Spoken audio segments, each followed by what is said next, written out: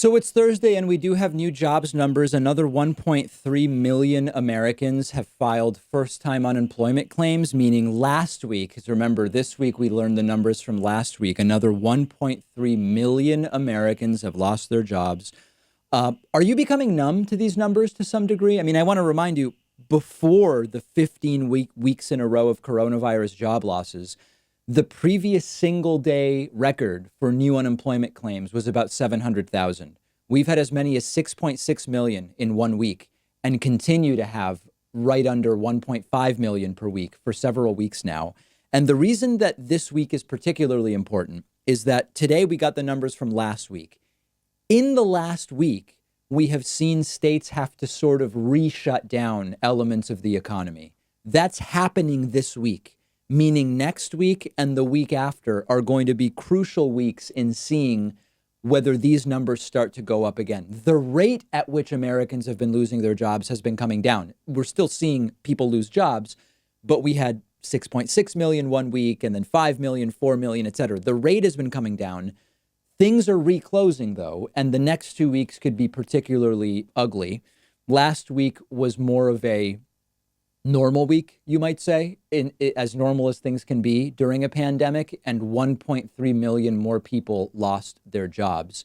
So that's now 15 straight weeks of job losses. That's a total of 51 million jobless claims since coronavirus started. Now, I know people email me as if I'm trying to deceive. I'm mentioning we don't have 51 million people out of work right now. So 51 million people at some point lost their jobs during the last 15 weeks.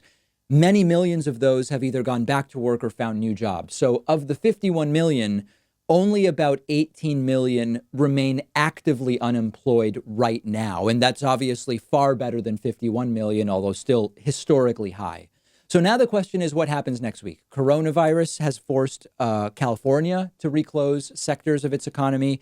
Indoor dining is done, movie theaters, a whole bunch of stuff that had been open is now closing. I won't give you the full list of states, but there are many that are having to go backwards in terms of opening. Even Texas is actually having to step back. So this week, which will be reported next week, and also the following week, are going to be very, very important. Now, the other thing that's upcoming, and I want to remind you about it, is that on July 30th, we're going to get the first estimate of second quarter GDP. Second quarter GDP has been widely expected by both the left and the right to be maybe the worst economic quarter for the United States, possibly ever. We might get the worst GDP number in 14 days that we have ever seen in the United States. The second quarter, of course, was April, May, June. At the end of June, some stuff was starting to reopen. A lot of the opening has happened in July. So at the end of this month, we're going to get an estimate of just how bad was second quarter GDP. I don't know how bad it's going to be. The expectation is that it's going to be quite bad. And sometimes when you get a bad number that's slightly better than what was expected, it actually feels like, hey, we actually got off less seriously than we might have. So I don't know what the answer is going to be. But in terms of the timing, July 30th, we're going to get an estimate of Q2 GDP. August 30th is when we'll get a more fine-tuned number.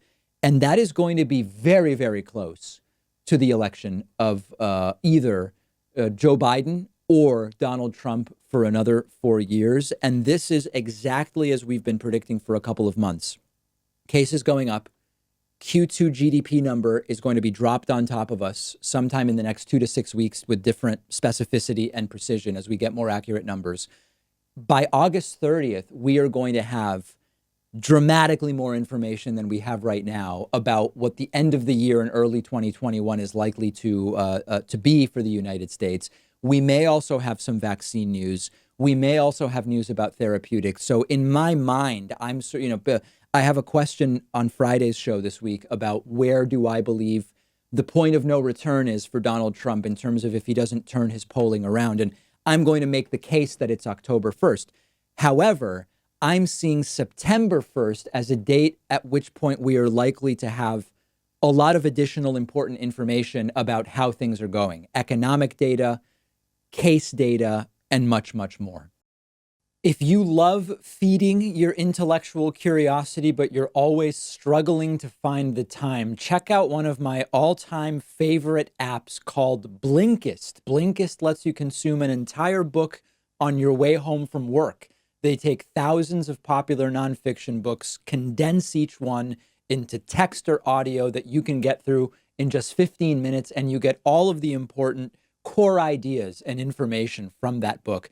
It's perfect if you don't have enough time to do all the reading you want to do, or if you just want to sample a book before you buy the entire thing. I recently read A Brief History of Time, of course, by the great Stephen Hawking. This is a book that I have been aware of for so long, and other things got in the way, and it was fantastic to check it out on Blinkist. Blinkist has books on politics, philosophy, science. They have 27 different nonfiction categories, and a subscription is only about $8 a month, and you get the entire library. But you can try it totally free and get 25% off a subscription when you go to Blinkist.com/Pakman. I've put the link right underneath this video.